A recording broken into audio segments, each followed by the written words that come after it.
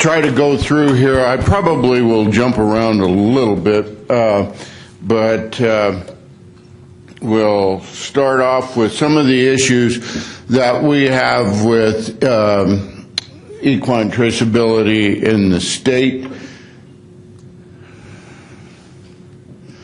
So we'll talk about equine traceability from a health perspective.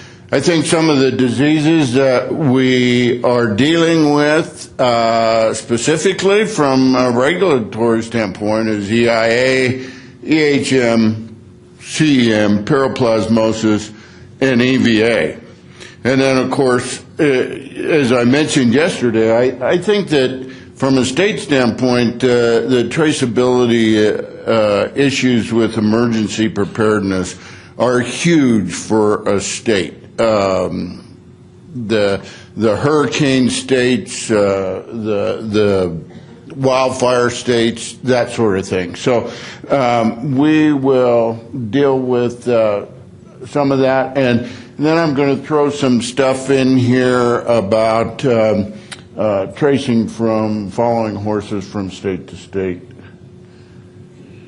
Okay, so this is a website that if any of you don't know about it, you need to write it down. The EDCC is turned out to be a huge success, and we get daily, unfortunately, we get daily emails of all the wrecks that are going on. Katie's been very good at providing us with a lot of information lately. Right here you can see we're dealing with equine herpes disease, and this is I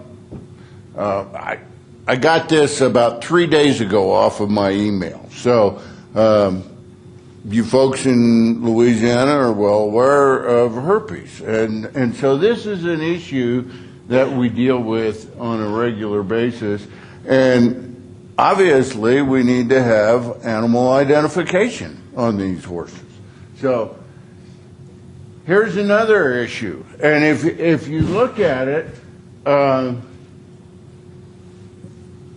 January 13th, this is real time, folks. And oh, by the way, we lost a horse with EIA. We can't find it. We don't have identification on that horse.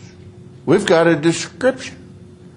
I would be more than willing to bet that that horse is in one of three places: California, Texas, or Mexico. And I'm sure Katie would like to know if it had a microchip number. And I'm also sure that it would be nice to know if it was an 840 or a 484. And so I think I'm going to throw a little plug in for the 840 tags. I think that's important, because more than likely this horse is a racing quarter horse, and it probably got here somehow from Mexico. But I don't know that. But again, this is real time. This isn't something historic. This is something that we deal with every day. And of course, there's our Black Frisian horses, and that came about in, when was it, 2008, I believe it was. We had to trace over 1,000 head of horses due to CEM.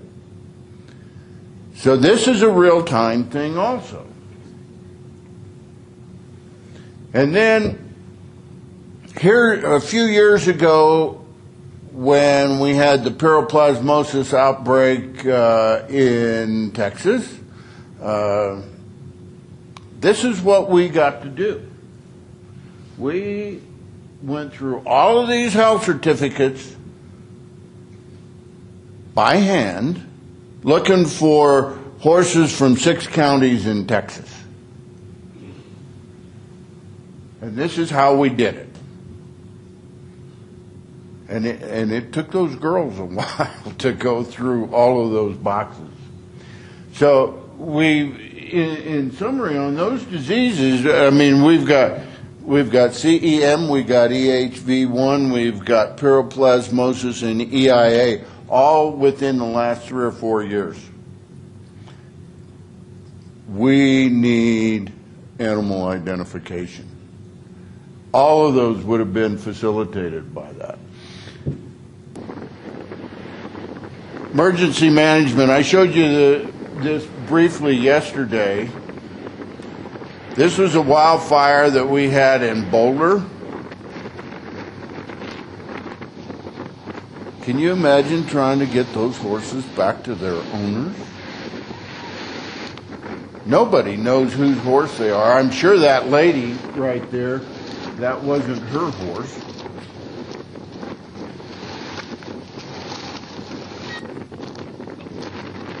People loading the horses that have not a clue whose horse they're picking up. They're just getting them out of the fire and out of harm's way. And then they go to a central facility, and Bryce and the brand inspectors load them up and do the pictures on them and try to find out whose horse they are. I mean, you can imagine what a nightmare that is. When these fairgrounds, and I don't know, where do you put yours? Do you put them in fairgrounds and so on? I mean, you know, we have these fairgrounds, and there'll be 200 or 300 horses there, and everyone that comes in, the brand inspector sitting there writing, doing the whirls and doing the white blaze and so on, and then somebody comes in and you have not a clue. Some people even go as far when you have a fire like that, they put their phone number on. They take a big paint stick and put their phone number on the horse. Abby, how many horses have you had at the ranch? Probably quite a few at one time or another. Yeah, during the High Park fire, we had a high of about 400. 400. Any of you that have gone north on I-25, Abby is in charge of the ranch or the Budweiser Event Center up there, and they've had 400 horses. So it's an issue. And so, you know, people at first, these slides are pretty old, and this particular slide was with Dave Fly in New Mexico. That horse is actually a barrel horse that we microchipped in New Mexico with the New Mexico brand inspectors when Dave Fly was a state vet down there. And this is when we did this about 8 years ago, and we did our smart card program to evaluate that we could trace horses within 48 hours back when we had NAIS.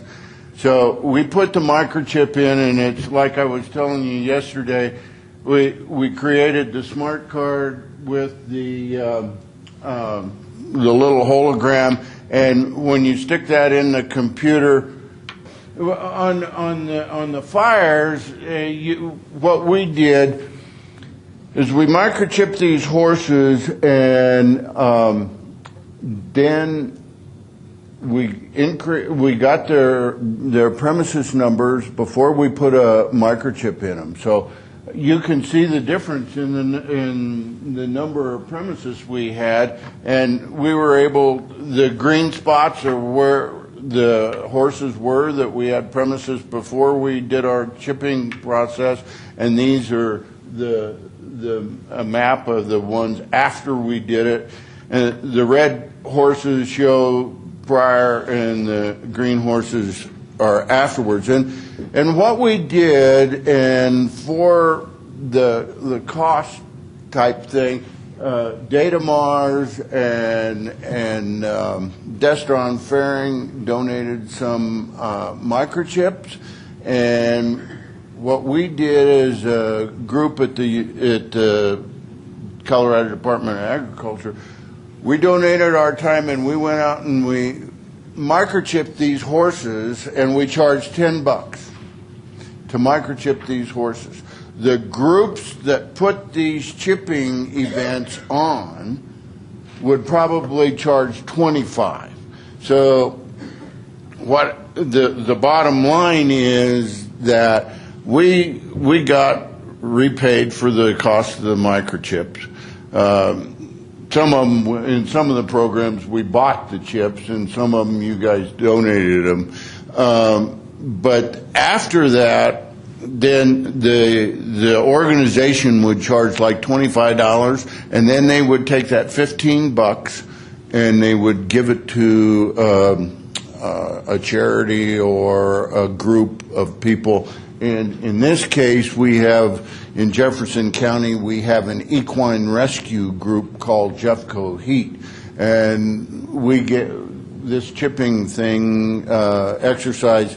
We were able to give them about $750 for equipment, and they have a Anderson sling and so on. And so that's one of the ways we've done microchipping to increase the number of horses and to make it more economical for people. So this is what I was talking about with the hologram on the smart card. When you stick the smart card into the computer and Bluetooth the microchip number to the computer, then this is what you see, and you have the health certificate, the Coggins test, and the brand inspection. And the green, and when it's green, it's got a date on it. That was when it was updated.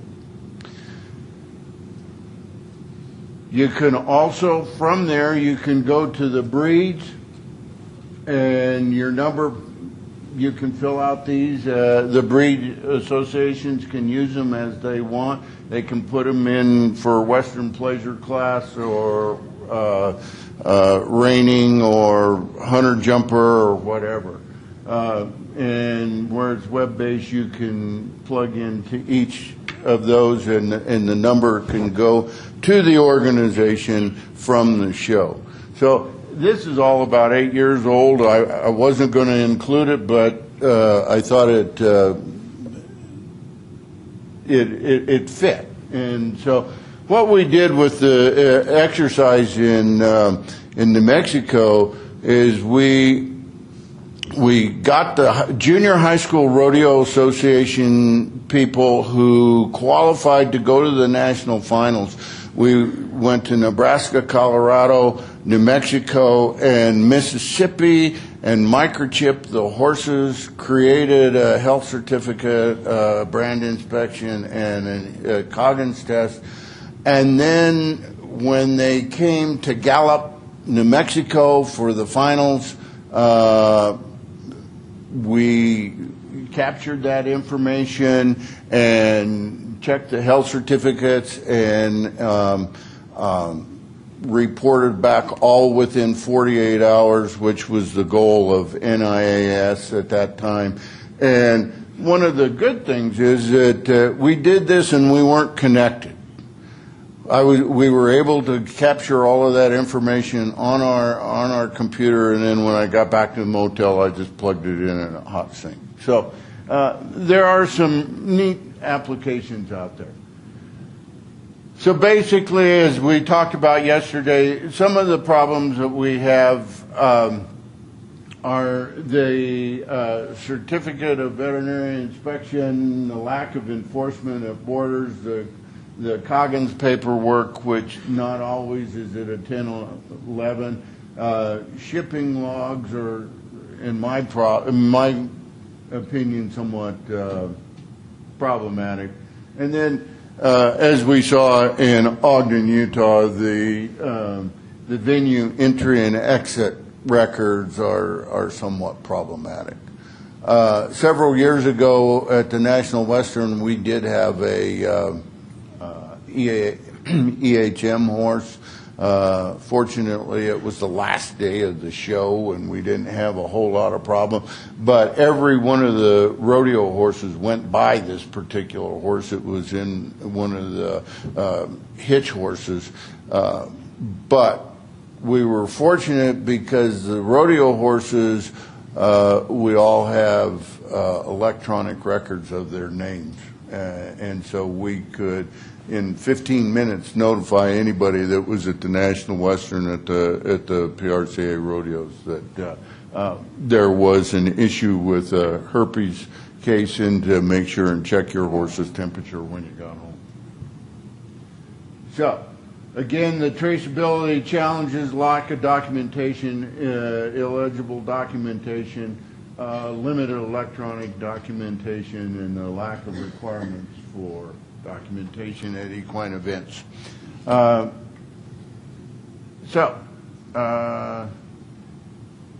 In my opinion, these are the solutions.